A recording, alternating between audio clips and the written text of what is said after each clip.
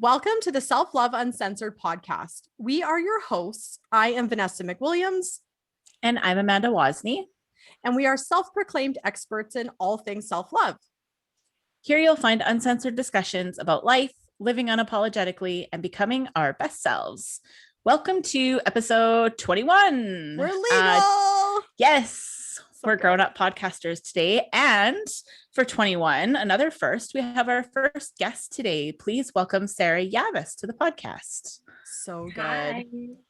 So Sara is somebody who's super close to us. I've known Sara myself for quite a few years now. I don't even know how many years.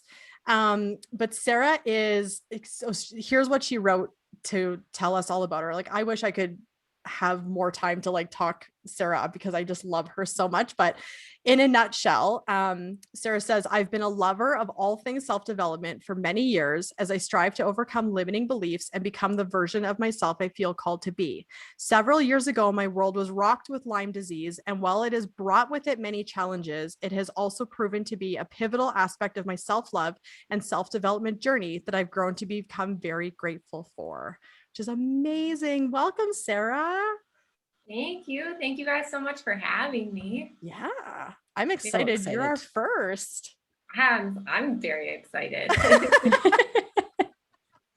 So good. So, like I said, we've known each other we've met through Transformation Weekend, I believe, right? Yeah. And I want to say like 6 years we've known each other. I think so. Between 6 or 7, it's kind of when I first started getting involved with Achievement Club and Transformation Weekend and all that good stuff. So that's right. And it's crazy to think back, from the version of who we were back then to how much we've grown collectively to now is so crazy. And that's what makes me so excited to have you on our podcast, because I don't even know most of your story, because we live far apart from each other and whatnot. We usually only ever see each other a couple times a year. Yeah. And before COVID hit, but watching you on your Instagram and your social media and stuff, following along with, you're doing some modeling now. It's just so cool to see how far you've come in 6 years. So tell everybody a little bit more about yourself and share as much of your story as you would like. For sure. Yeah. Share yourself. I think so. 6 years ago, when I first started with Achievement Club and all of that, to kind of backtrack a little bit more, I had a lot of childhood trauma. And I think probably 6-7 years ago is when I really started to recognize how much that was impeding me. Mm-hmm. And I wanted to push myself out of that. I've always had big dreams. I always felt like I was capable of a lot more than what I was doing. And a quick Google search kind of led me to Erin and led me to Achievement Club. And I was like, oh my, that's me. I want to achieve my goals and I don't know how. And so that's kind of how I fell into that. And really over the last 6 to 7 years has been this huge transformation of me just stepping into myself. Along with that is the self-love piece. Yeah. I also was, diagnosed with, and I have Lyme disease. And that has been its own beautiful and messy journey in and of itself. But really the last 6 to 7 years has been this journey of rediscovering myself, reconnecting with myself, and then being my own best friend and cheerleader, essentially. And I'm so far from where I want to be. And I know I'm still hiding in a lot of ways, but definitely over the last year and a bit, I've been comfortable enough to push myself out of my comfort zone more and more. And that's kind of where I'm at today, is still taking those big steps and just trying to push myself and trying to get out of my comfort zone, basically. So amazing. Yeah. That's kind of where I've been and where I'm going and where I'm at right now. I love it.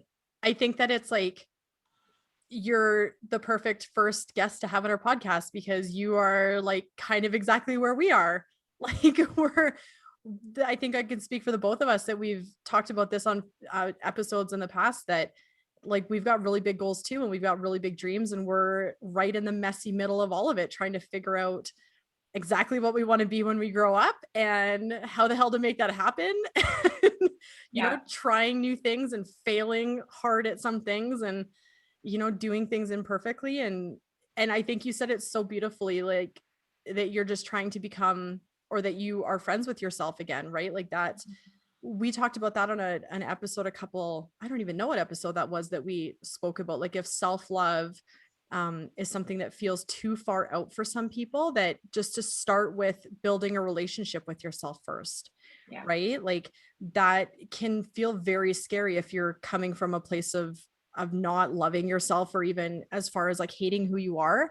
To think of like self-love is just swinging the pendulum so far from one side, so far from the other, it can feel very unachievable and unattainable. But if you do start with just becoming or wanting to become friends with yourself, it definitely, that's where the most important heart work comes from, right? Like that's where true self-love grows.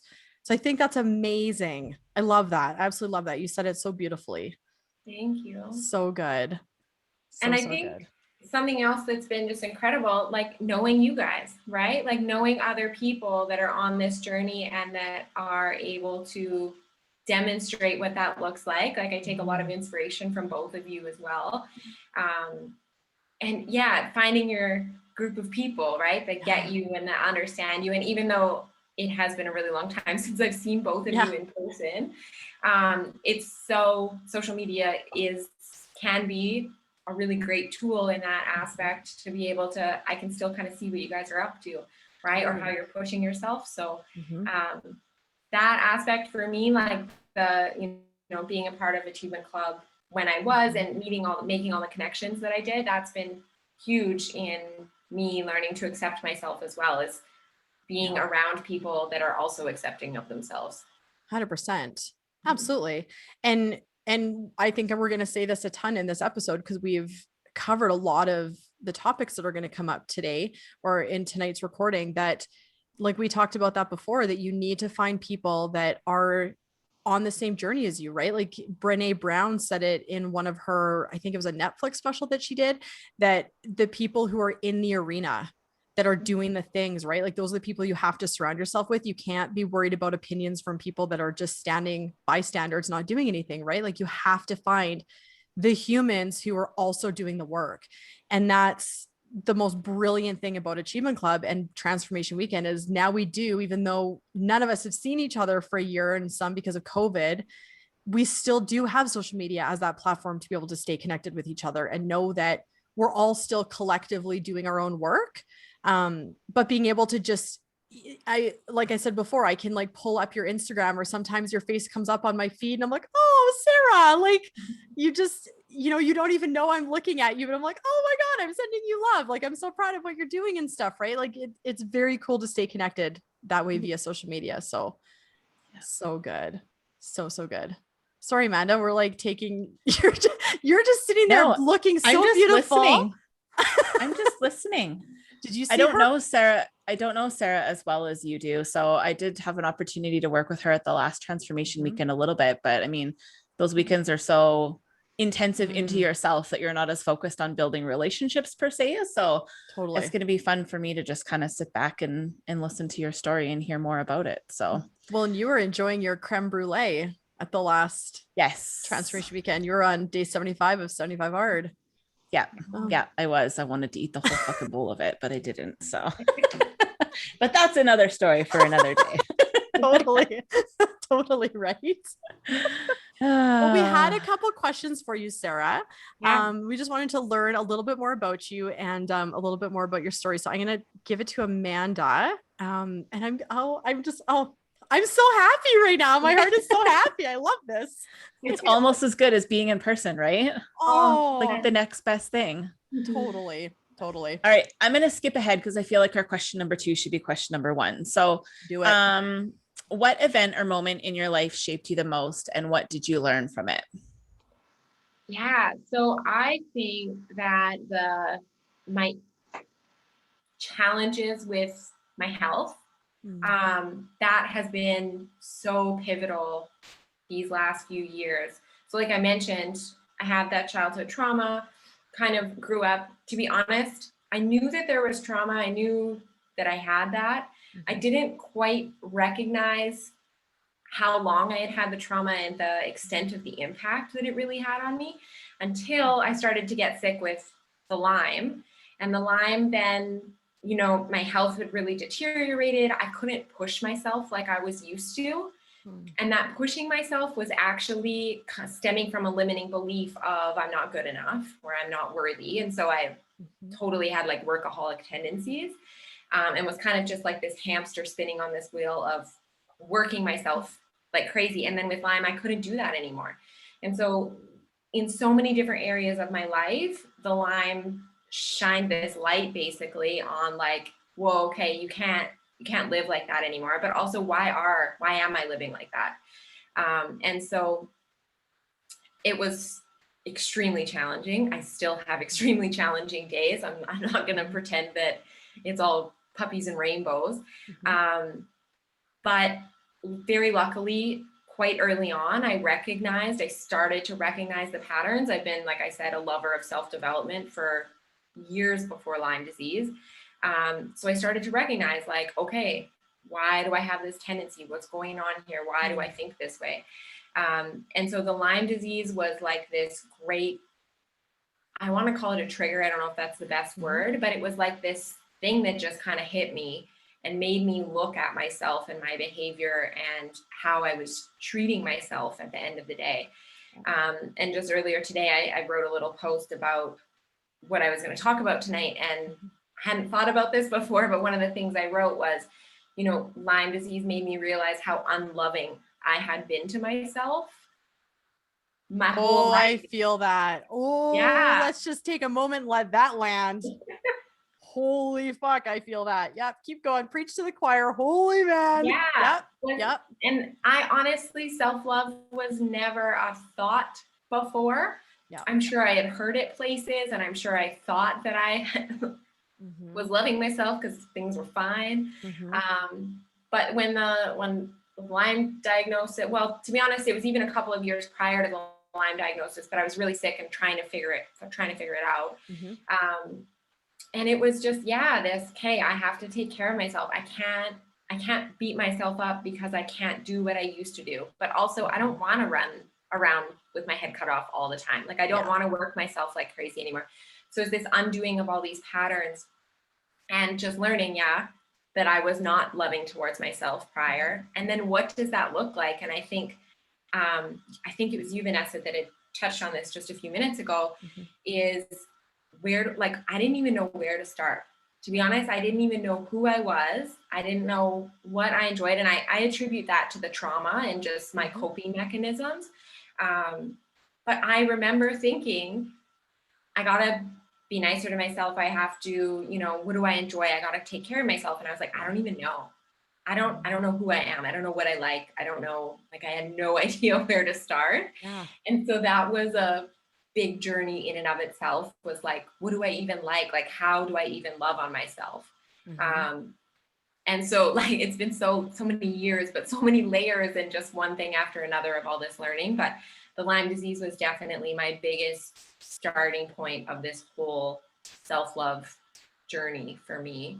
And then, sorry, what was the other question? I'm so enamored. I'm just like, I could just stare at your face talking because I'm like, I love you. I'm sending you Care Bear stares right now. A good thing Amanda's responsible for questions. So I'm like, I'd be like, I don't know. Just keep talking about whatever your pretty little face wants to talk about. Like rambling here. Right? No, it's No, so you good. pretty much covered it. It was what is the event or moment in your life that shaped you the most, and what did you learn from it? So you kind of Lyme you wrapped disease it all in. self-love. Yeah. And I think that what you said is so important, and so many people will be able to resonate to, is that quite often I feel like, especially as women too, that we worry about other people so much that our journey really does start quite often when we realize that we don't know how to love ourselves. And that's where the stem of most of our problems come from. Yeah. Well, and we can get so lost. Like, I think all three of us sitting here have had to go through the exact same journey, or especially Amanda and I have gone through the same journey as you as well, is you have to really be mindful of like, are you living your life? Because most of us grow up a version of who we think we need to be accepted in the world, right? And when it comes down to it, like you said, it's almost like peeling away an onion. I remember going to my first transformation weekend and leaving and thinking like, oh, I'm going to heal all this pain. And then all of a sudden it's like every year you're like, holy fuck, there's another layer.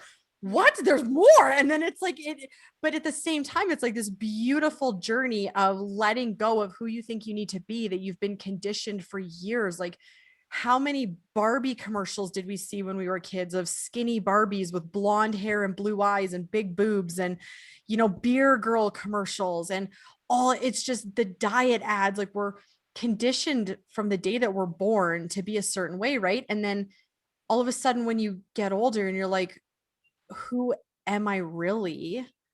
It's hard to start to like to go through all of that muck and like really figure out, am I actually this person, or where are the parts of me that are truly what I value? Like, and that's the hardest part, is starting. But even then, anybody who's listening that's thinking like, holy shit, yeah, like where do I start? Yeah. I always give the advice, the easiest thing to do is just go stand in front of your mirror and say something nice to yourself. That's it. You don't have to look at the mountain, right? Because I think if any of us, especially the three of us, ever walked into Transformation Weekend and knew what mountain was coming for each of us, right? Like, we would have all been like, no, who wants to go to the bar for drinks? Let's all go watch a movie instead. Like, none of us would have we would have all been like, holy shit, we don't want to have to deal with all this, right? But that's the most beautiful part about it, is like, as you go through your journey, you just have to start really small. And then as you go through and new things come up, you just worry and deal with that one thing, because once that is healed and that trauma is worked through, it opens up more beautiful opportunities to learn and heal, right? So yeah, I think your journey is amazing. Oh yeah, I'll be quiet now and we can ask more questions. Vanessa's just fangirling in the corner. I am. I love Sara. I totally am. I'm so stoked. Oh, the love is mutual.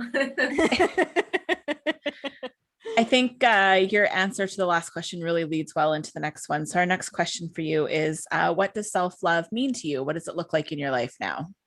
For sure. So it was interesting because as I sat with this, I was like, what does that mean to me? And the answer that I've come up with is, at its core, it's self-acceptance. Yeah. Like, it's this acknowledgement of, you know, who I am, but also that openness to explore and to play and to try new things, like whatever it is that I feel drawn to. So for me, self-love takes, honestly, any shape or form, but it's really that acceptance of self in whatever way that manifests, you know, like physically, but also, you know, what is it that I'm interested in? What is it that I want to voice? Finding my voice has been another big thing, and being able to use that, I find, is also self-love. Like, it's just accepting of myself in all the ways, and then exploring my interests and, you know, whatever it is that I feel drawn to. Love it.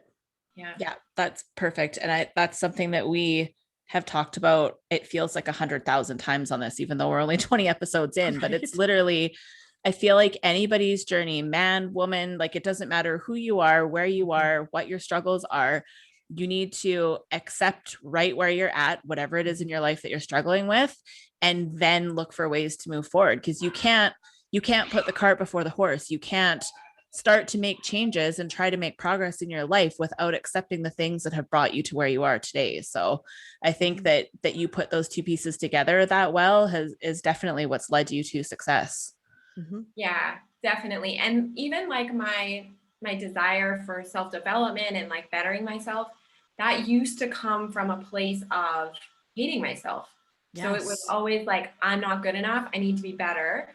Versus now, it's totally from a place of loving myself. Like, I just feel drawn to do these things, so I'm going to try it and I'm going to see what it looks like, and not beating myself up if it doesn't turn out the way that I want to. But it might look similar from the outside of, like, you know, still striving to do bigger things or push myself out of my comfort zone, but it comes from such a different place than what it used to.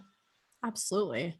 I completely resonate with that 110%. I remember when I was doing transformation weekend work, for the wig business that I used to own, like it was a totally different reason why I was going to those things. Right. Like, and yeah, since I've sold the wig company and I'm doing the basic self-development work on basically myself and really healing the traumas from my childhood and stuff, it does take on a whole new meaning. And it really is, I believe, the purest form of self-love is just knowing that you're not perfect. We're never going to be perfect. We're never going to hit that. Like if that's something you're trying to achieve as perfection, it's a losing game every time. It's never going to happen. And you're just setting yourself up for massive failure and disappointment, which is so sad. Right. But coming from a place of just trying to be better than we were yesterday and living in a state of grace for yourself and for your journey is, I think, the greatest self-love area that you can really live in. I think it's amazing, right? We're all human.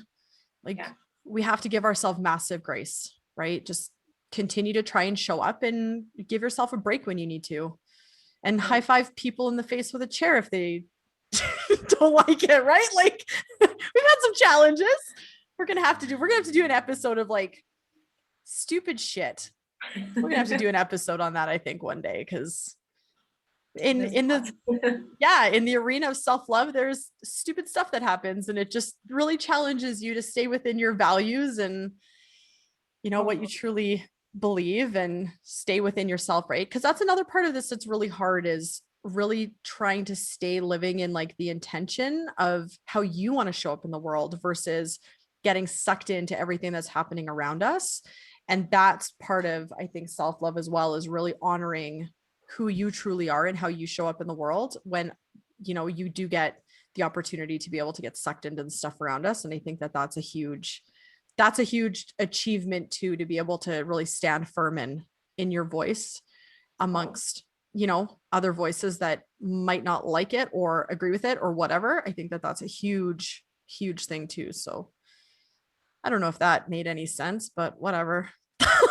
It totally did. Welcome to our podcast where we don't know what we're going to end up saying. This is water, by the way. Even though we're turned 21 today, this is only water, I promise. Yeah, the tequila is just a code word. It's not code for what Vanessa's drinking. No. Straight up water. So Sara, tell us what sort of challenges you faced since starting your journey. So since your discovery of Lyme disease and your health troubles, like what sort of challenges have come up and how have you conquered them? Oh man, there's been a lot. I think I still have struggled with, once I kind of tackled the, I can't do as much as I used to do. That was one thing. And I tackled that. And then actually it was one of the transformation weekends in Edmonton that I attended, and we had the first night, and I went back to my hotel room and I was furious. Like, honestly, anger is kind of my go-to emotion when I'm frustrated. And I was so mad because I felt like it came to the point where it felt like Lyme disease was in my way. I couldn't accomplish the goals that I had because I couldn't do the things that I thought I had to do to get there. Yep. And I had a restless sleep, and it was horrible. And I woke up the next morning, and I can't remember how this came about, but I had this thought of, what if it's not a roadblock? Like, what if it's the gateway, right? Like, dive into it and see what I can learn, like see what's there. Yeah, that was a huge turning point for me. That was, I can't even remember how, I think that was 2.5 years ago, just over 2 years ago. And that has really a lot easier after I stopped seeing it as something that was in my way. And then I've kind of moved through that. So I think the biggest thing for me, and there's been lots of other challenges, I still have, things come up that feel like they're in my way in different aspects of the Lyme. So it's not so much the Lyme itself, but like the diet sensitivities or whatever. There's a few different areas, but really sitting with it and like, again, bringing that self-love in and going, okay, like I can't, it's another big thing for me is living in victimhood. And I got to the point at that same time where it was like, okay, I can't control the Lyme, but I control how I look at it, right? And do I want to keep living in victimhood, which is something that's been my whole life? Yeah. Or am I going to just find a way to look at this some other way? Like there has to be a blessing in here. The like age old saying of life's not happening to you, it's happening for you. So I was like, okay, I'm just changing my mindset, which sounds so simple and like silly, but I was ready to make that decision that morning. And that's just what I did. And honestly, I've somehow just stuck with it. Like it just, something shifted inside me that day. So it was, I still have challenges, but I try to sit with them and giving myself that grace and recognizing, okay, what is the good here? Where can I pivot here? Like sitting with it. And it's more about like tapping into it. I go a lot by like sensation and feeling. So I'll sit with it and then I kind of like run things through my mind and feel my way through it internally. If that, I don't know if that makes sense to anyone else, but, totally makes sense. Yeah. But that's how I do it. And that's even like with the self-love piece in general, when I was very first started and I was like, I don't even know who I am or what I like. I remember driving and I was like, well, I've always wanted to try that restaurant. So like, maybe that's where I start, is like recognizing those internal cues of, I want to do that, or I want to try that. And that's, I had to start there because I had no idea of who I was. And so I was like, okay, well, I know that I feel drawn to go to this restaurant. So maybe I'll try this type of food or whatever. And then nature kind of was a big thing that called to me. And so that's something that I really pursued. And it's like, oh, nature is so healing for me. And that's a big part of my self-care. So that's kind of how I've navigated it. And yeah, there's still struggles and challenges with the Lyme in particular. That seems to be the way a lot of the limiting beliefs manifest for me. Like it started out as this big red flag or a shining light on all these limiting beliefs, and it still is all these years later. So yeah. Does that answer your question? So good. Well, I think you said it, like we've talked about limiting beliefs on an episode before, and like it's so important to remember limiting beliefs never go away. No. Right? It's just recognizing that they're there and then just deciding and choosing whether we're going to sit with it or we're going to move past it. Right? And Amanda and I deal with it all the time. I think we've had lots of text messages back and forth or voice messages back and forth where we're like, something's happening and fuck, I feel like this and whatever, right? And the other person's like, just do it, you know, like I think we all deal with that and it's normal. And that's the part of it, is just recognizing that everybody has that, right? Like, and it's just to varying degrees and it's never going to go away. It's just reminding yourself that you're still trying and showing up, even though those voices are, you know, saying those things. And yeah, I completely agree with you. And I think you highlighted something, or you said something I want to highlight, that, you know, Tony Robbins did very famously say that life is not happening to us. Life is happening for us. And that was the exact same pivotal moment that I had in my own journey with alopecia, right? Like just the last day that I wore my wig, it was actually the very first time I went to an event by myself without my wig on, was to a transformation weekend, because I had my garage door is opening live on, I don't know who's here. My dog is going to start barking. But that was my very first transformation, or one of my very first transformation weekends that I did. I went by myself without my wig on, and it was absolutely terrifying for me. All the time. I'm going to mute. You guys keep talking. Jesus. I think that's the first time that Henry's had it's Henry, right? Had a cameo on the podcast. That's epic. Anyway, something that I wanted to touch on, I really loved how you're like tapping into what it sounds like your intuition, right? With like following when you just feel like something. And I think that's something that is so easy to lose touch with. Like kids have that ability, right? Like, oh, shiny thing, I'm going to go play with it. I'm going to check it out. I'm going to learn about it. And as an adult, we have so many ways to like justify, like, yeah, sure, that restaurant looks cool, but you know, like I don't really have enough money, or I'm by myself and I don't want to go sit there. Like, I love that you're honoring that connection within yourself and just letting yourself explore those things. And I feel like that is such a cool path that's going to lead you to the right moments in time for things to just line up and for you to figure your life out. Totally. And that really has, like, that was the first time when I started to even understand what my intuition was, like really start to pay attention to it. And since then, that's just what I use to guide me. Like anytime I have to make a decision, I just like check in and go, okay, what do I feel like I have to do here? Yeah. And sometimes I'm like, that's so out of left field, or like, how could that ever play in?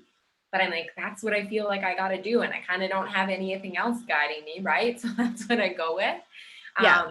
And so far, it totally has just unfolded really, really well. And I'm sure that there's other pieces that will come into play eventually. But man, for me, it's like there's nothing else guiding me. Why wouldn't I listen to this voice that's clearly inside of me? Yes. Even though I don't always understand it, I'm like, it's the only thing I've got. Well, do you feel like sorry. No, do go you ahead. feel like the physical body struggles that you've had with Lyme disease has really maybe been like the catalyst towards you learning how to use your intuition and really connecting with your body better, because you have to pay attention to it when you're sick? Absolutely, yeah. I mean, aside from the physical symptoms, right? Like the big thing for me, like I said, is the workaholic tendencies. If I push myself too much, I really feel it. And so, yeah, right away, I started to get in tune with, I'm pushing myself too much. And then the other piece was the food sensitivities. And I'm to the point now, which is really, really nice. I can just like hold the food and I can feel whether I'm like drawn to it and it's kind of like a yes, or like I can't have it or I'll react to it. And so, yeah, the Lyme disease was totally like this big thing of teaching me my intuition and teaching me to listen to my body. And that has really unfolded in like every other area of my life, for sure. So something that would have been seen as maybe a curse has been a gift, really, when you reframe it. Yeah, absolutely. Which is awesome that you say that, because I hadn't actually like consciously thought of that before. That aspect of one of the many gifts of Lyme disease, right? So yeah, you've totally curated a very good mind-body connection that most people, especially now, we don't have. We're so disconnected between our mind and our body with the kind of food we eat and what we consume with our eyes and our brains and everything. So the fact that it took illness for you, but to be able to use it in that way and then propel yourself forward, that's really cool. Yeah. And like for me, I was one of those people before. I had no connection to my body. Like, and that's part of the trauma that I experienced as well, was like this dissociation from my body. But yeah, it was not only did I not know myself, but I was like not connected to myself. I just did whatever. I ate a bunch of junk food. I worked like crazy. Like, yeah, there was no connection before. So that's cool. It's so fascinating I think I'm safe now. My dog's calmed. I just texted my husband. I was like, did you open the garage door? He's like, yeah, ha ha ha, with his remote. He got a new, like, don't. Why? Like, boys, listen to when girls tell you not to do stuff. Like, no, we're recording. And I completely agree. Like I was saying before, I think unfortunately, some of the greatest things come from some really poopy situations, right? But like, I'm a true believer that if you reframe the way that you think about the poopy things in life, like to think of what is it trying to teach me instead of what is it doing to me, like I would never know the level of myself that I do now had I not lost my hair. Right. Like I would not know the people that I know had I not gone through all the trauma that I did growing up as a bald kid. Right. Like, and that is just the greatest gift to me. And I know, thinking back to when I was in it, it was very, very hard to be able to even think that, like, what is this gift? Like, it was no gift, let's be real. But now it is the greatest gift that I've ever been given in my life, because through uncertainty and through trials and tribulations and stuff, I think we grow, we have the most awesome opportunity to grow compassion towards other people and ourselves. Right. And I think that once we have situations come up where we do really have to become very focused on our body, it has an opportunity to grow a level of compassion that most people either don't become aware of and don't take advantage of. Right. And that, I think, is like I mean, even 5 years ago, I would have never told you that alopecia was a blessing, but it's the greatest thing that's ever happened to me, just strictly because it's given me the most amazing awareness of who I truly am.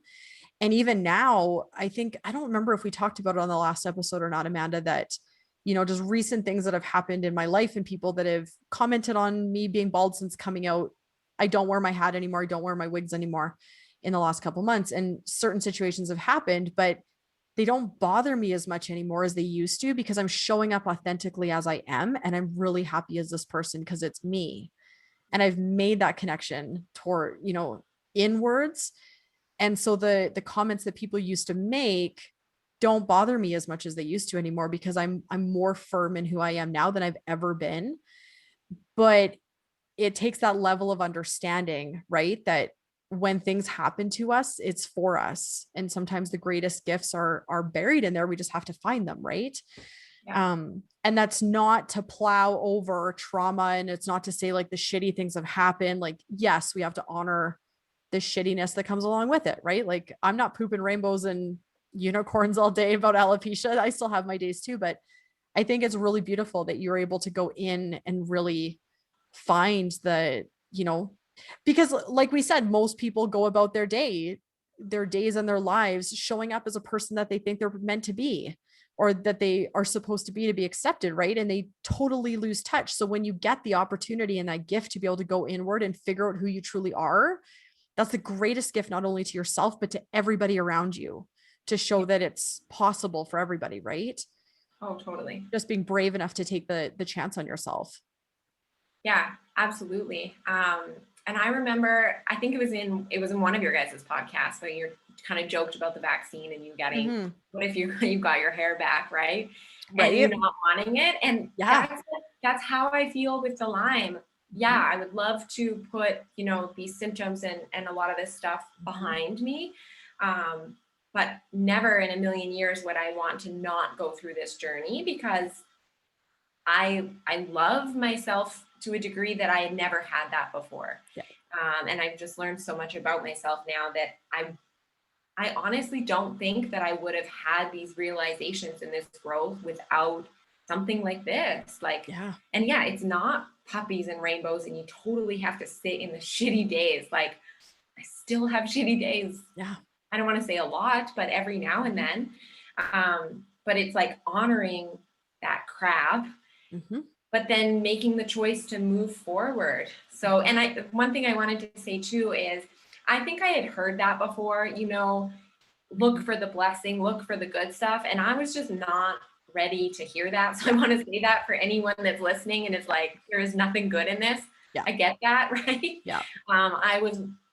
I couldn't see it for the longest time. And for whatever reason, that night at Transformation Weekend, I had gotten to the point, and that was 5 years into having Lyme disease. Like, when I got to this point of, I'm just sick of being angry about this. Yeah. I'm sick of feeling like a victim. Like, everything that I had done, I had made progress in regards to my treatment, but was still struggling with the same things for all these years. And it just came to the point where I was like, I have to choose something else, or else I'm just going to be this miserable, angry person who's not growing, because I'm seeing this as being in my way and I can't control it. Yeah. All I can control is my mind. So like, let's try it. Yeah. And it's so important to talk about that, because most people will get to that point. Like, most decisions, and most people will only choose a new path if there's a certain level of pain, right? Like, we only ever operate out of pain or love. Those are the two. Like, we only make decisions based out of pain or love. And that's the thing, is when you get to a point in your life where something is causing you so much pain and you just can't do it anymore, it's because you're ignoring. I truly believe, and people listening could be like, screw you, Vanessa, you don't know what you're talking about, but it's okay. If you ignore the cues that your brain or the universe or whatever you want to call it has been giving you over and over and over again, you will get to a point where it's just so much more painful to think about staying stuck in the place that you are, because that's your comfort zone and that's what that's your normal. if it becomes too uncomfortable to be in that place, it's almost like you have to force yourself, like you just can't take it anymore. And you do choose a new path, right? And sometimes it does happen where you just get fucking angry. I've been there too. I think Amanda's been there too at times, right? Like, but it's I always try now that I know, because I've had those experiences in my life as well, where I've just gotten to the point where I'm so angry that I've let myself stay in this place for so long and that I have to do something different and I have to move on. I try and listen to those cues earlier now so that I don't get to that point where it's just so painful to stay. Right. And that I have to be forced almost to choose something different. And that's a really beautiful thing in itself too, because it means that you're trusting yourself more to listen to your cues of when you start feeling uncomfortable and when things aren't working and when you need to make a change, right? That you trust yourself enough to go in that new direction, at least try it. Because we're huge advocates for fail fast, right? Try something new, fail fast, especially if it feels uncomfortable, because usually when it's uncomfortable, it means something. And that's the most important work to do, right? So I think that's so good to highlight the fact that you just got I call it tired of your own shit. Like that's what I call it anytime it's ever in my own life. Like I just got tired of my own bullshit is what it really was. And it's not to say that it wasn't worthy of my expressions. It wasn't worthy of my energy. It wasn't worthy of being mad. It was worthy of all of that. But I just got tired of my own bullshit because I couldn't do it anymore. Right. And yeah, I think it's so important to be able to say that when you get to that point in life, you do really have to consciously trust yourself, because that's a huge form of self-love right there as well. Right. Yeah. Absolutely. So good. Yeah. And you mentioned it as well, but the fail fast, I heard that on one of your guys' last podcasts as well. And I was like, I love that. Like that's, just go for it, fail, carry on. Right. Yeah. Because if you don't, you end up in I call it a rocking chair, where you just sit there and you worry about it. You start procrastinating. And then all of a sudden, your limiting beliefs, the itty bitty shitty committee starts talking in the back of your mind. And, if you give that any chance, then you're never going to do it. Right. Like you have to just start with something really small and do the thing. Right. We've talked about it even with the podcast. We're not professionals at this. Fuck, even in this episode, my dog's barking, my husband's driving me crazy. Like, had we even thought about all the things that were potentially going to go wrong before we even recorded our first episode, we never would have done this. Right. Like just showing up imperfectly, but authentically is so much more powerful to people than showing up perfectly, because it will never fucking happen. Yeah. Right. Totally. So fail fast. We love failure. We eat failure for breakfast. 100%. 100%. All right, Sarah, what piece of advice would you give someone starting their own journey? For sure. So there's actually two things that I wanted to mention, and the first one is for anyone that's dealing with any sort of autoimmune disease, is like, give yourself so much grace, right? Because whatever it is that you're dealing with, especially when it's health, you gotta kind of reconcile the emotions you feel. Like you can't just sugarcoat it and jump over it. There's loss, you got to deal with whatever it is, the pain, whatever's going on or changing in your body. So giving yourself so much grace, but then also when you are dealing with a health crisis, whatever it is, like we need to be our biggest allies, right? And that's where the self-love piece comes in, or came in for me anyways, was I needed to be my own best friend. Like I needed to advocate for myself and take care of myself, because my world was kind of falling apart. Yeah. So I would say, number one is so much grace. But number two, like love on yourself as hard as you can, because there's so much uncertainty in that experience. And I know that the experiences are very different depending on what issue or ailment you're dealing with. But you need to love on yourself. Like that's the only thing that's going to make it tolerable. Yeah. And then the other thing is just for everyone in general. And part of that is start small. Like I said, like I had no idea where to start. And I was like, okay, well, I kind of want to go to that restaurant. Or one of the other things was rock climbing. I'd never rock climbed before. And I was like, I want to rock climb. I don't know why. And so I tried it. So I would say, like, if you're starting out and you have no idea where to start, just start small. And I know, Vanessa, you had mentioned like standing in the mirror and saying something good about yourself. I actually wasn't in a place where I could do that at the time. Like, I would look at the mirror and I'd be 10 million things that are wrong with me. I couldn't see something that was good. So for me, that's where I started, was that, oh, I want to go to this restaurant and I want to rock climb. So I'm just going to let myself go rock climbing. And that's kind of where I started. But it's, start as small as you can, whatever that looks like for you. Because I'm sure for all of us, it's different. Absolutely. So, yeah. Well, and one of the things too, that was really helpful with my journey when I was trying to really figure out like who I truly am and what I truly enjoy. Cause that's the biggest thing, is like when you're starting on a self-love journey and trying to figure out who you really are and what you do enjoy, is do a timeline of your life. Like, I sat down one night and I had this really long piece of paper that I taped together, and I just started writing down memories of things I enjoyed from my earliest memories to where I am now. And it was everything from, as a kid, I liked to go horseback riding, right? As a kid, I liked to talk to my friends on the phone. As a kid, I liked to go swimming. As a kid, and I started to piece together some things from that. And I figured out I love people, right? Like, I love speaking. I love people. I love human connection. I love going to the movies, stuff like that. And that's a really kind of easy exercise if somebody's thinking like, well, I still don't know where to start. Do a timeline of your life and really figure out what are the things that you really enjoy doing. If you love knitting, fucking knit. Like, that's great. That's amazing. Like, who cares if social standards tell you knitting's for old people? No, knit away. Send me something, I'll wear it. Right? Like, find the things that really bring you true joy and do those things. And as you start to do those things, other things will start to come from that. And then you just keep building, right? Yeah. So that's the most beautiful thing. I've never heard of that before. And now I'm like, I want to do that. It is. And it's such a good way to try and figure out your purpose as well.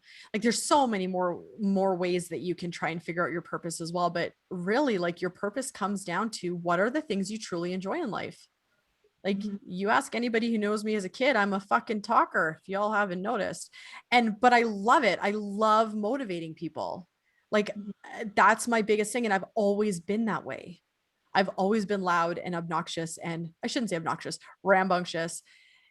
I mean, there was a point in my life where I was very quiet and very shy, but that was also because I was in a protection mode, right? I wasn't in a place where I felt safe to be who I was. And I truly will admit right now, for the first time probably ever in my life, that I have never felt safe in my own skin to be who I truly am until about 3 months ago. It took me a very long time to feel as safe as I do in my skin right now. And that is not not in a place that, like, I feel safe physically. Like, no one's in my life that would ever hurt me. Like, we're not talking about physical assault or anything like that. I just never felt safe in my own skin to show up in the world authentically who I am until 3 months ago. And that was because I had done all the self-love work. Right. So, but that's also going back to trying to figure out, starting at day one and going to the restaurant, or just standing in front of the mirror and saying, I like my eyes, I'm kind. It starts with that. Yeah. So, finding those good qualities. Yeah. Well, yeah. And it doesn't have to be about your physical body, right? Like, you can start your self-love journey saying things, qualities that you like about yourself. Right? Yeah. I never realized I was a kind human. I was not a kind human growing up.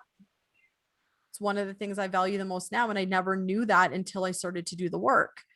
Right. So yeah, it's the qualities. If you're in a place in your journey where you can't even imagine accepting your body for what it is right now, just because of social standards and, the bullshit we're taught, that's okay. Go in, start with the person, because this is just a meat suit. Right. start with what truly matters. So Yeah. yeah, And I start think, small. Amanda, you had mentioned this in one of the last podcasts as well, is like whenever someone sends you positive feedback or something like that, that you print it off and keep it and Yeah. look back to it. I love that as well, because I think that is another place that I have looked at before when I wasn't able to see my own good qualities, is like, well, what have other people said about me, right? And even if I didn't believe them at the time, they did, or they saw something in me that I couldn't. And so then I was like, okay, well, maybe that is true, right? Yeah. Like maybe I am kind, maybe I am whatever it is that they said. And I love that. And I think another thing I want to just mention quick is, I know I talked, going to restaurants and going climbing and these things where you have to pay money to go and do. I want to just make this caveat, having Lyme disease, and I was just finishing university, I didn't have a ton of money. So I couldn't always, even though I was acknowledging I want to do all these things, I couldn't do them. So I just would, or I couldn't always do them. So I would make a list of them.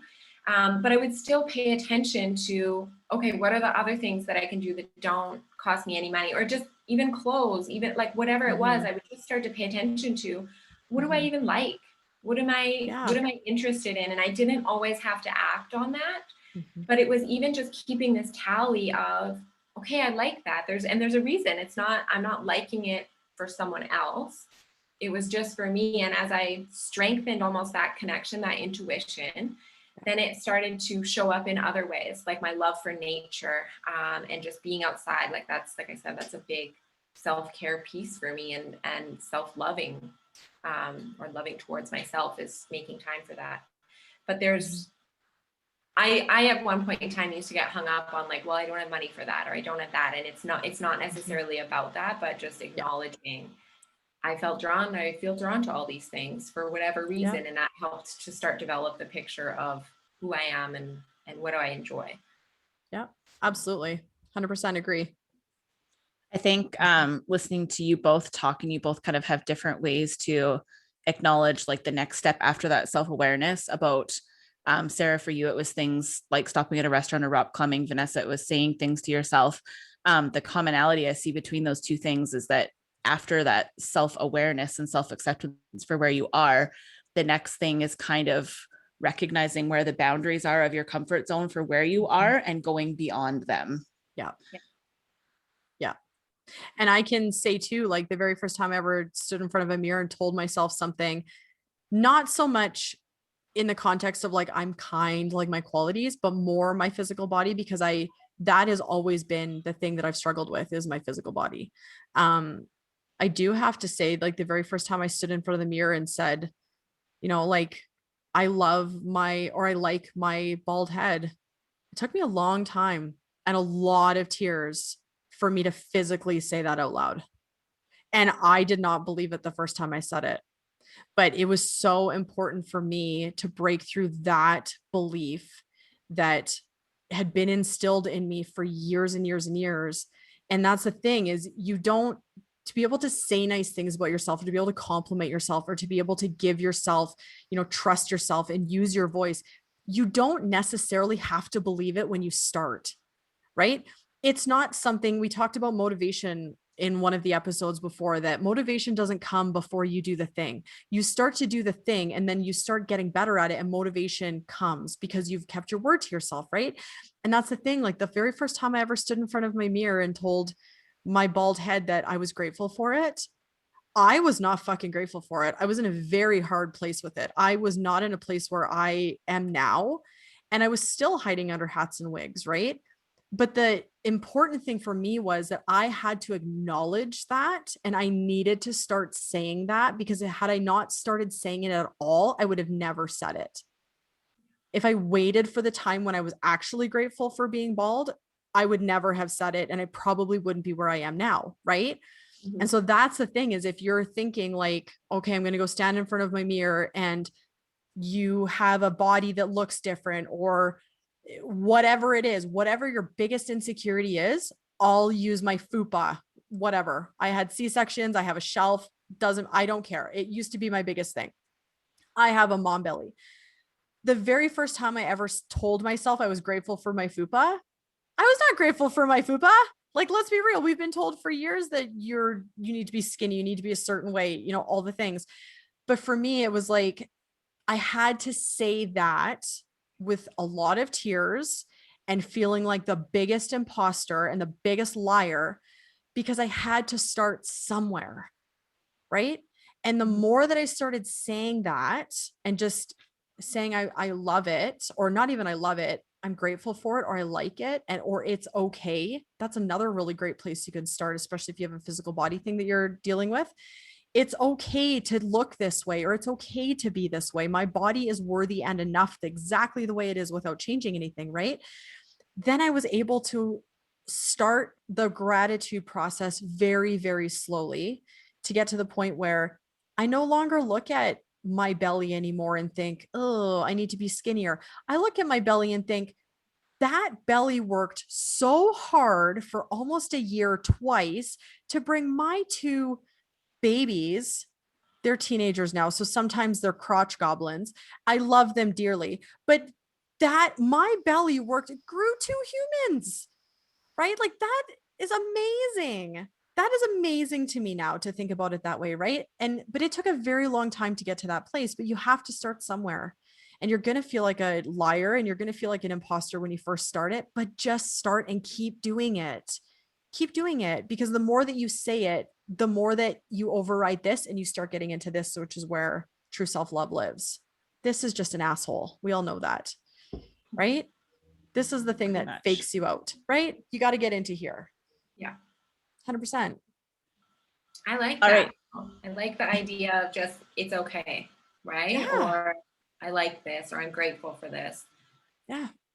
You're coaching me as we go through this. Love it. Anytime, my friend. Anytime. All right, let's wrap up with one final question that I just threw in there while we were talking here. Can you share with us a goal that you're currently working towards? Oh, okay. Very unrelated to all this work, but working to pay off my student loans. That's been a big goal the last couple of years.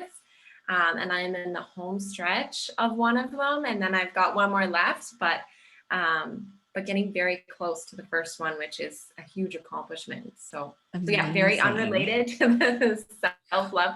Although I will say, I was going to say, this is totally in its own very different way, a form of self-love, because it's taking care of myself and being accountable for the debt in the first place. Yeah. And it really is, it's been a very empowering journey, like knowing that, because I felt buried by it for so long. Like, I felt like I couldn't get out from underneath it.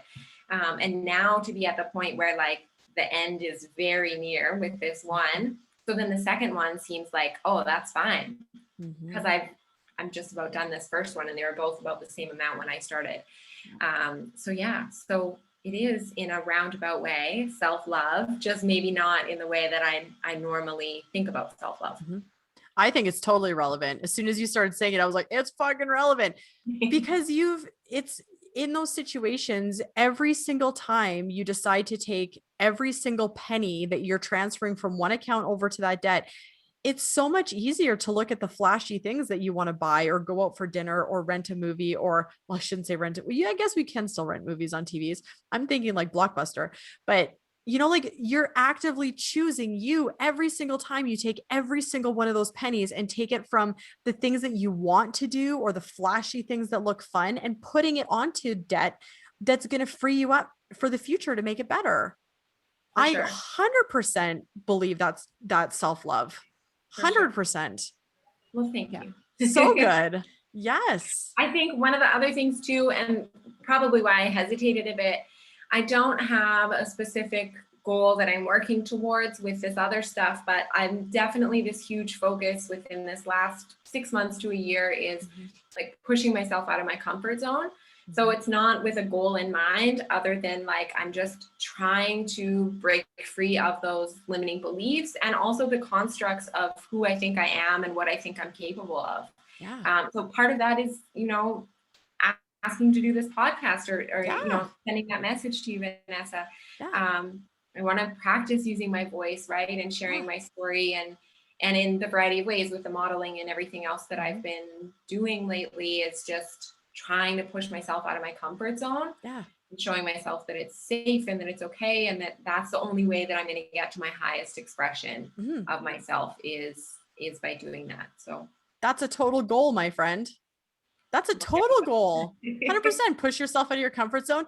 And by the way, if you haven't seen Sara on Instagram and her modeling pictures, you need to go. We're going to put her handle and everything underneath. She's a fucking babe. Got to go check her out. 100%. Thank you. I will say that has been one of the most vulnerable right things that I've done. And it's still so awkward. Like every time I post one of those pictures, I'm not like, look at me. I'm like, oh my, this scares the shit out of me. Yes. Wearing, but like, and that's why I do it is I'm like, I have to get comfortable with that. And also like, I love so much with you, Vanessa, about, you know, you're just like so accepting of yourself and you're putting yourself out there. And I think that's such an incredible message. And that's kind of like, I want to accept myself in that way. And I want others to be able to accept themselves. Like when we shine, it's not just good for ourselves, it's good for everyone around us. So that's kind of just trying to, you know, step out there and push myself outside of my comfort zone and make it okay for other people to feel comfortable being happy or being seen or shining their own light. Because I think what a beautiful world if we were all comfortable with ourselves and loved ourselves and we're okay to go, this is who I am, and like amazing. Good for you. 110%. Everything she just said, 100%, everything she just said, I would get that tattooed on my body right now if someone had a gun. Yes. Big old paragraph. Yes. Right down my back, right down my head. I have a lot of real estate up here. We should do something. Yes. I love it. Absolutely agree with you. And there was one, I don't remember who told me this. Somebody said this to me a really long time ago because I was in a similar place with feeling like what I was putting on social media. And this was years ago, feeling like what I was putting on social media I was feeling like people were going to think like, oh, look at her, you know, like she's bragging. Right. But somebody, and I'm going to have to remember who this is. I'm going to have to figure it out. Someone had told me one time that there's always needs to be a beacon of light. And and sometimes when life gets really hard and I think to myself, like, oh, I don't really want to post the picture. Like I feel braggy, and I never post anything, same thing on Instagram or nothing about being braggy. But anytime I do have like professional photos and stuff, I always think to myself as a lighthouse, right? Like there's people in our lives who you and all three of us have Aaron. We'll use Aaron as a perfect example, who was someone who was a lighthouse for us at a point, right? Who stood up and said, this is who I am. You know, she's not perfect either. She has her imperfections and she fails all the time as well. But she shone, is that a word? She shined bright enough doing, you know, figuring out who she is and trying the things and failing fast and just living boldly. She shined enough that it shined a little bit on all of us and gave us the opportunity to say, holy crap, she's doing it.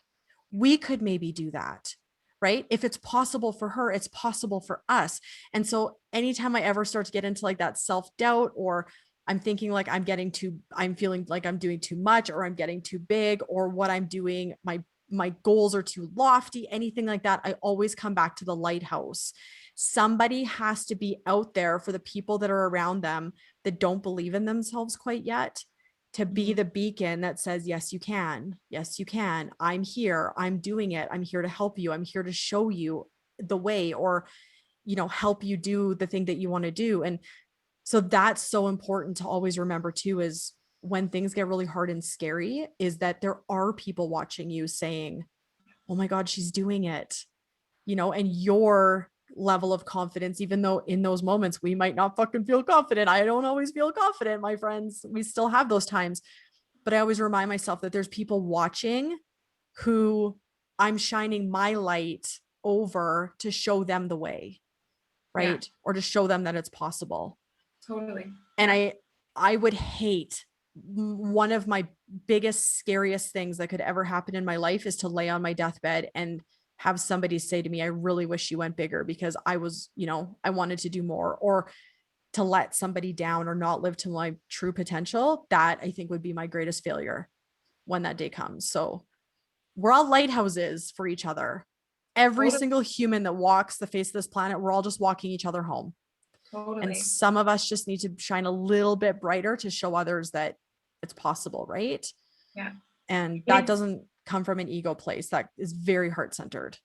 Oh, for sure. And as you're talking about this, I'm thinking about you, Amanda, so obviously that one transformation weekend when you're finishing the 75 hard, that for me, like, I was so in awe of you. Mm-hmm. And it wasn't just, I mean, the accomplishment is in and of itself massive, like such a commitment, but it's the commitment piece that I was like, whoa, like you chose yourself every single day for 75 days for those big things, like 2 45-minute workouts. To me, I was just like, how did you even do that? Right. And so I just remembered that whole weekend, I was just like, whoa, oh my gosh. Like it was such a powerful, I don't even know how to describe it, but just this awareness of you, like anyone, we all can commit to that. Like it's just a matter of choice. Yeah. And I think I hadn't had that example before. Like I hadn't, for whatever reason, I hadn't had that light go off before until hearing your story and hearing what you had accomplished. And I was like, that's all we need to do, right? Yeah. If you have a goal, whatever your goal is, like you have to commit to it. It has to come first. And that's how you get there. I mean, depending on what the goal is, but in that instance, obviously it was every single day you have to get those things done. And yeah, just hearing your story and seeing you accomplish that was huge for me. And again, like, I think that was you shining your light, right? And I'm sure you just did it for yourself, right? I don't think that you did it for anyone else. I can't speak for you. Yeah. But yeah, I was like, holy smokes, like that. I don't know. There was something very powerful about witnessing you accomplish that. So I just wanted to throw that out there. I'm sure you've heard that before, but it was huge for me. Oh, I appreciate it. It is. I think that's like the core of our self-love journeys for everybody, is learning how to wake up day in and day out and choose yourself and make your actions in alignment with that, and to keep that integrity to do the things that you say you want to do, right? Like set goals and accomplish them. And if you wake up every day and make those choices and put yourself before anyone else, which in and of itself can be scary, I think that's what the world needs more of. People need to see that it's okay to be, I like to call it being selfish. Like selfish has such a negative connotation, and I really don't think it should. We should be selfish because you literally cannot pour from an empty bucket. So if you don't take care of yourself first, you have nothing to give to anybody else anyways. Yeah. So I think that was the core of it for me, was making that promise to myself and keeping that promise to myself, and learning that I am a whole person and I need me before anybody else needs me. Totally. Yeah. Yeah. Totally. All right. Let's wrap up with a fun question. We got to ask one more. And then we can be done because we're over an hour already. We don't want to keep Sara here all night. Me and Vanessa will probably still sit here and bullshit for like an hour about all the weird shit that goes on. But let's be real. You can join us, Sara, if you'd like to when we get off of here. That's right. That's right. All right. I don't have my light on. I just have my little like ring light, and it's getting so dark in here. I'm like, oh, sorry guys. Don't even worry. I have my blinds closed. I don't even know what time it is. So the sun is going down, and you can tell like I'm getting faded. You're fine. We're good. We're all good. Yeah, it's all good. Yeah. Alrighty, final question. Okay. Would you rather, Vanessa, do you know where this is going? Oh, I know. Oh, I know exactly where this is going. I can't wait. Okay, go. Would you rather fight 100 geese-sized horses or 1 horse-sized goose? Like the burning question that Amanda and I have gone back and forth on for 10 episodes. Okay, so 100 geese-sized horses. Yep. Or 1 horse-sized goose. Okay, to be honest, not the 1 horse-sized goose. Like geese are right? Geese are vicious. They're terrifying. They would eat you alive. That big, yeah. Like horses, yeah. No, I definitely not the 1 horse-sized goose. That'd be terrifying. Right? Fucking death chicken. Could you imagine? Like, I'm scared of them when they're small. Could you imagine one of those things walking up to you? Like, I think, I'm probably going to butcher this, but I think there's some viral video where someone calls a goose a cobra chicken. Yes. And I'm like, yeah. They're mean. Or did you see that video of the lady that the goose is like attacking her, like as she's trying to get into her car? So now imagine that it was a horse-sized goose doing that. No, and mind you, if it was a horse-sized goose, it wouldn't have made it in the car with her. So maybe it would have been a good thing. I don't know. Trample the car, and they'd be able to fly, like, or get shit on by one as it flew over top. Oh, that'd be terrible. It's supposed to be good luck when a bird shits on you, but I don't know. It'd be like a whole car's paint job. Good Lord. I love that question though. I was like, where is this going? As soon as she said it, I was like, oh, she's doing it. Yes. Yeah. Do it. Yeah. I think we debated about that for a little while on one episode. We went back and forth on it for a little bit because realistically, goose-sized horses, 100 of them, you could run away or kick them or whatever. Horses can kick hard, dude, even if they're small though. Little ones, 100 of them, Vanessa. Yeah, I just have to run faster than you guys and I'm fine. You guys can deal with them. I just have to run faster than you. I feel like maybe you can tame the horses though. Like I think that's where I was coming from, is I'm like, I mean, yes, they can kick hard and some are like not pleasant, but like most horses are like calm and chill. So I would just hope that like maybe I wouldn't have to fight them, but like the goose, for sure, like it's just vicious. It's gonna be mad. I think this is so funny. I say this with so much love. Your personality and like how I know Sara, you are the kindest, sweetest human. So I love that you're like, they'd be my friends and I'd tame them and they'd be like my horse posse, right? And me and Amanda are like, we'd fucking kill them and we'd, you know. I'm pretty sure that was our discussion. I was like, wait a minute, am I allowed to have guns during this expedition? Because if so, I will take the horse-sized goose and I will shoot it. And then we'll eat for like a year off of it. Because and that is like one thing to deal with. Right? Yes. Yeah. That is like the perfect example of who you are. You're like, they will be my friends and I will tame them and they will be mine. I love horses. Yes, I do too. And that's part of why I'm like, I don't know if I'd trust them. I guess, I don't know. I guess it would just depend on what kind of horses they are, but death chicken the size of a horse, no thanks. No, that's a hard pass. No. Oh, too funny. Well, Sara, thank you so much for joining us tonight. It's been amazing to get to know you, and we are so grateful that you came on the show and shared a bit about your story with us. So thank you guys so much for having me. Yes, thank you. It's like an honor. I feel so blessed. So thank you very much. I was so excited when you messaged me. I was like, yes, Sara, you are of course going to be on 100%. I'm so happy it worked out. You know what's funny? I just woke up one morning and I was like, I have to message Vanessa. Like, this just feels like something I have to explore. Yeah. So you message me. Intuition. So thank you. Yeah. You message me anytime you want. Okay. Anytime. Yes. I am here 100%. Anytime. Yeah, you guys, honestly, this is so much fun. Like, you want me back? I'll be back. I've Done. got lots to talk about, I'm sure. Done. We'll book you next week. For sure. We'll come up with some new questions. It won't be horse-sized geese this time. We'll hit you with something else. Maybe some lake sharks in the situation. No. Anyways, let's wrap this up. We are so grateful for all of you listening, for leaving us reviews, tags on social media. Please be sure to hit subscribe if you want to be reminded when new episodes drop every Monday.